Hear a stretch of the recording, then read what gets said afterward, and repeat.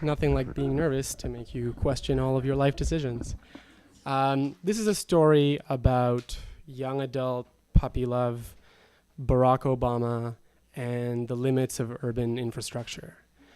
It is also a story about the National Mall. So for the other political nerd who was telling a story, we should grab a beer later and just talk about Jon Stewart. The story, though, culminates way before that rally. It culminates on January 20th, 2009. Though it is deeply rooted in the year 2008, when I'm sure most of you remember, there was a fellow by the name of Barack Hussein Obama who somehow became president of the United States. And when he was running, it was sort of this amazing year. Like, think of him what you will now. Don't think of the drone strikes or Wall Street or Guantanamo Bay. Whatever you think of him now, it's hard to deny that at the time, the air was sort of electric that year when he was running for president. And if you were of a liberal persuasion, you were constantly in this kind of good and feisty mood. And you probably had friends who were ludicrously obsessed with the US election, and you actually had to write them off for the year, because the moment you had a conversation with them for more than 5 minutes, they would start talking about Barack Obama, and you'd be like, well, there she goes again, there he goes again, and that'd be it. I was exactly one of those super annoying people. I was living in Montreal, working a fairly meaningless office job, and probably like 6.5 to 7 hours of each workday, I would spend reading blogs and news articles about Barack Obama and the US election, and emailing friends who were also equally obsessed and just writing about it. And it was weird. I had never felt so much purpose in my life, and all I was doing was reading and writing. For a second, it made me want to go to grad school. So eventually I found an outlet for these kinds of passions, and I ended up going down to New Hampshire on the weekends. I would moonlight. I would do my stupid job, and then on the weekends I would go down to New Hampshire in convoys with students from Montreal, and we would knock on doors for the Obama campaign, despite not even being Americans. Nobody ever really asked whether or not we were Americans, and we just pretended that we were. And it was lovely, and there's all kinds of magic there, lots of anecdotes there. But that also kind of infused it with all kinds of meaning, and we were emotionally invested. And election day, I was in this tiny little bar in this tiny little town in New Hampshire, and grown men were weeping when the results came in, and my parents and my friends called me to congratulate me, which made sense at the time. I don't know why. And even though roaming charges were $1 a minute, I picked up every single call and had a really big bill the next month. But then it was over, and I went back to Montreal, and there was a certain hollowness, kind of like, well, what do I do now? What should I talk to people about? It was very disorienting. But we held on, me and my obsessed group of friends, we held on to one last sliver of high energy around Obama, which was the inauguration. And we were going to go to DC in January for the inaugural, and it was going to be the best time ever, the best time ever. And so we drove down in January, in the few days leading up to it. And in many ways, DC it was pretty awesome, and it was exactly that kind of cheesy, drink the Kool-Aid historicism. I remember sitting on the rooftop of a friend's house. We were huddled under blankets, and we were smoking a water pipe and looking out on the open, calm, beautiful skyline of DC. Because in DC, there are these rules that buildings can't be any taller than the monument or the Capitol, and so everybody's got this perfect view to the mall and to the obelisk and to all that stuff. And I remember just sitting there in the calm night and just kind of feeling like we were in history's waiting room, and we were just sort of shuffling around and looking at each other, and we almost didn't even believe what we were about to be let into. That said, the flip side of that was that several million people were also looking for that kind of feeling, and so DC was a gong show. DC is a city of about 500,000 people. During the week when the suburban commuters come into work, it's like 1 million people. The core of DC that week was probably holding 2.5 million people. And for the first time in my life, I realized that something like a city that has no walls and no roof or anything can actually have a capacity. Because DC had fully reached that capacity and exceeded. DC that week was like a bar where the bouncer went off to have a smoke, and then someone murdered him. And then all hell broke loose. And by the time the fire marshal got there, the fire marshal's like, well, this is over. The walls are just going to come off. So it was madness. It was just like hordes of people. It had this sort of like Mad Max feel to it. people would like hoard around coffee shops and line up for 3 hours to either get a coffee or use the bathroom because those were the two commodities. Restaurants were open 24 hours a day and still you couldn't get a seat and you were just walking around and it was really cold and there was a carnival atmosphere and there was that nice somber historical atmosphere, but there was also just like, oh my God, I am tired and I can't get anything to eat and like the metro is really full and so we're gonna walk across the city all the time. So it was really bad and it was a bit of a buzzkill. And being like a big government liberal like myself, it was actually kind of disappointing because I thought, well, of all the things you think the government would be able to do right, it would be to celebrate government. And so I was a little bit sad that preparations weren't made accordingly. And it was with that sort of, not melancholy, but sort of just like exhausted mood that we approached the inauguration day. And the Secret Service had decided that they were going to seal off the mall the night before, and they would start letting people in at 4 a.m, the morning of the inauguration. Which of course meant if you're competing against 1.5 million people, you're gonna have to show up at about 1 or 2 in the morning and just wait in the cold at the metal barricades that are guarded by the National Guard and just wait for them to open it. So it was just me and my dear friend Patrick who was gonna soldier on with me up for this. And we get to the barricades and I don't know what happened, but it is around this moment that I met Madeline. And it's sort of like, I don't know who started talking to who or how it even happened. It's like how you never know where a dream starts or how it starts. You're just sort of in it.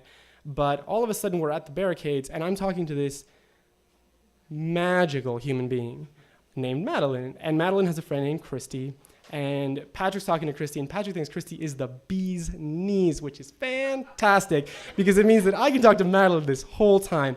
And she was just wonderful. I kind of probably fell in love with her within 20, 30 minutes. She was from Tennessee. I can't remember if she was from Nashville or Memphis.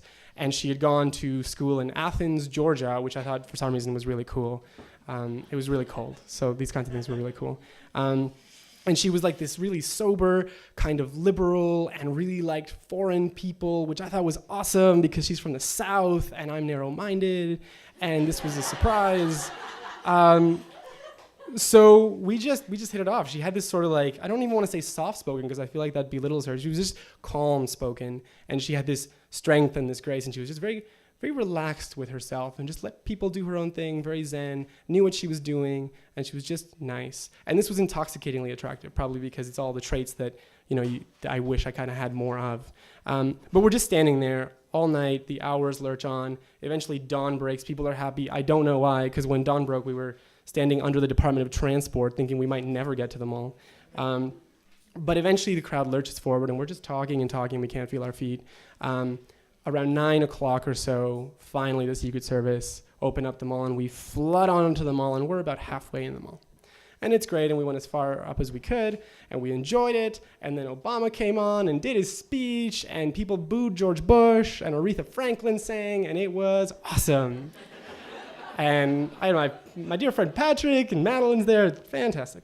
And then everything ended, and then once again, all hell broke loose. So I would have started to get sad. All hell broke loose because the Secret Service decided they were going to seal off the side of the mall that everyone came in from and have them all exit through the other side of the mall, which of course was going to result in 1.5 million people looping around the downtown core of DC to try to get back to the side they came in from because that's probably where their stuff is and where they live and stuff. That's why they came in from that side. But for some reason they sealed it off. And so all of a sudden, once again, we're in this post-apocalyptic, it's like the set of RoboCop or like real life Detroit or Hamilton, I guess. And we're just walking through like first world refugees and you can't get inside anywhere and people are around supermarkets and subway stations trying to get warmth and bathrooms and it feels like just civilization is collapsing. This would have been exactly the kind of thing that really bothers me and really makes me quite sad. But I didn't even really register it because I was talking to Madeline the whole time as we walked around this city and like cartoon birds were flying around my head. And so we walked around, it would take too long to explain what was so great about her and all this stuff. I do remember one thing where I was telling her that, I think I want to be a medic in the army and I'm really drawn to this and I think it's really morbid to be interested in kind of stuff like combat medicine. And she was like, that's funny because I want to work in palliative care and it's exactly what I think of myself, which is like kind of morbid, but kind of interesting. So we really bonded over all these things. And instead of thinking about how sleep deprived or cold or hungry we were, we just kind of walked around the city and chatted and took pictures in front of monuments. Eventually, we kind of finally loop back around. And we get to this crossroads where, she and Christy are going to go off and do something they had to do, and Patrick and I really need to go and fall asleep. And I'd been thinking the whole time, oh yeah, well, I really just wanted to kiss her on the mouth. But I was thinking the whole time I should get her number or contact info. And so we get to this crossroads, and instead of that, I opted to do, I guess the word would be nothing.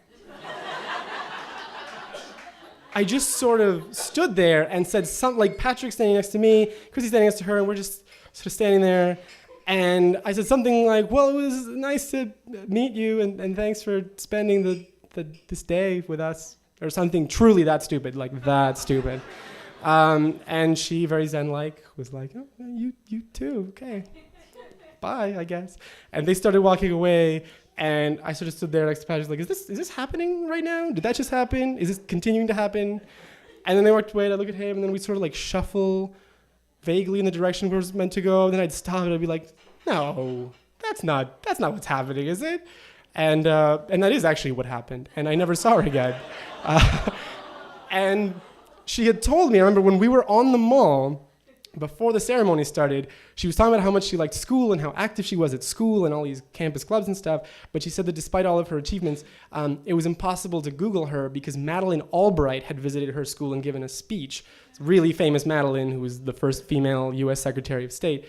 And so if you ever Googled her school and her name, you'd get 1,000 hits from Madeleine Albright. And I discovered that about a week later when I tried to Google her. So it's impossible, so I'll never see her again. The point really of this story is that now you all know that she is from Tennessee and went to school in Athens, Georgia, and that she's really cool, and that she was at Barack Obama's first inaugural. So if you know her, or I'm looking at you, Internet, maybe you could put me in touch with her. And I'm not even really sure that I want to get in touch with her because I think we'll fall in love or something like that. Probably we'll find out that it was that we were sleep deprived and really cold and we don't have that much in common. It's more that I would just like to see her one more time to say thanks because she canceled out the madness. She canceled out the gong show that was DC that would have bothered me. And instead she sort of reestablished this naive romanticism that I had around that week and all those expectations. And so kind of along with my dear friend Patrick and his great sense of humor and obviously the inauguration of the first black president of the United States, she was sort of the last critical piece in saving and preserving the best time I ever had at the mall. Thank you.